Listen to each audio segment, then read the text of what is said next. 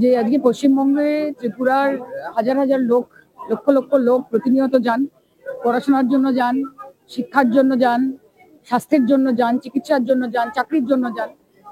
বিজেপির নেতা মন্ত্রীরা ৩৬৫ দিন পশ্চিমবঙ্গে ডেলি প্যাসেঞ্জারি করেন, কারোর কোনো অসুবিধা হয় না। কিন্তু আজকে তৃণমূলের ডেলিগেশন এলে তাদেরকে এয়ারপোর্টের বাইরে 2 ঘন্টা ধর্নায় বসে থাকতে হয়, কারণ গাড়ির যারা ড্রাইভার তাদেরকে ভয় দেখিয়ে বলা হয় যে এদেরকে নিয়ে পার্টি অফিস অব্দি যাওয়া যাবে না।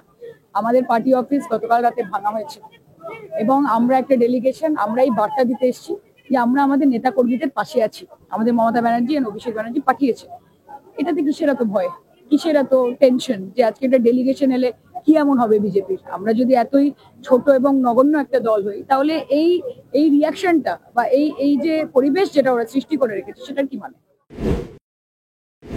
দিয়ে তাড়িয়ে দিয়েছি যাতে আমরা বেরোতে না পারি, সেই কারণে আমরা একটু আটকে গেছি। আমাদের গাড়িগুলোকে তাড়িয়ে দিয়েছে, নতুন গাড়ি আসতে দিচ্ছে না, ট্যাক্সি পেতে দিচ্ছে না, প্রিপেড ট্যাক্সি বলছে নাকি নেই। মানে এটা নতুন কৌশল। আমরা পার্টি অফিসে যাবো, আমাদের এয়ারপোর্টেই আটকে রাখা হচ্ছে। আমরা হেঁটে যেতে গেছিলাম, সেটা বাধা দেওয়া হলো। আমরা বলেছি নয় আমাদের গাড়িগুলো এনে দিন, নইলে আপনারা যেখান থেকে পারেন গাড়ি জোগাড় করুন। আমরা তো পয়সা দিয়ে গাড়ি ভাড়া দিতে হতো, আমাদের কর্মীদের গাড়িগুলো আসতে দিন। এখন বলছে গাড়িটা আসছে। ত্রিপুরার পার্টি অফিসে যে ভাঙচুর হয়েছিল তার প্রতিবাদে আমাদের নেতৃত্ব তারা পাঠিয়েছেন দেখতে। 3 ঘন্টা কেটে গেছে।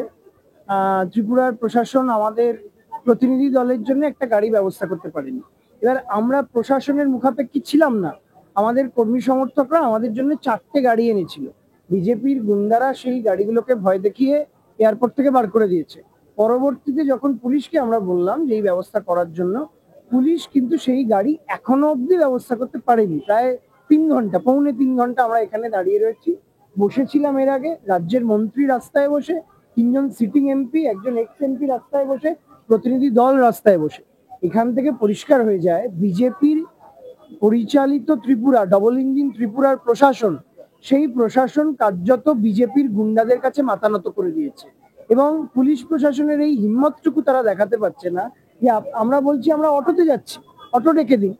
আমরা বলছি আমরা হেঁটে যাচ্ছি, ওরা বলছে যে সেই নিরাপত্তা সুনিশ্চিত করতে পারবে না। এটার থেকে কি প্রমাণ হয় যে ত্রিপুরায় জঙ্গলরাজ চলছে? আপনি বাংলায় দেখুন না, x chief minister Biplab Deb তো বসে আছেন, গতকালকে উনি মুভমেন্ট করেছেন। আমরা তো সব all protocol, with due respect, ওনারা সব জায়গায় ঘুরছেন, কোথাও কোনো অসুবিধা নেই। ত্রিপুরায় আমরা 6জন এসেছি, তাতে এত সমস্যা, এত ভয়?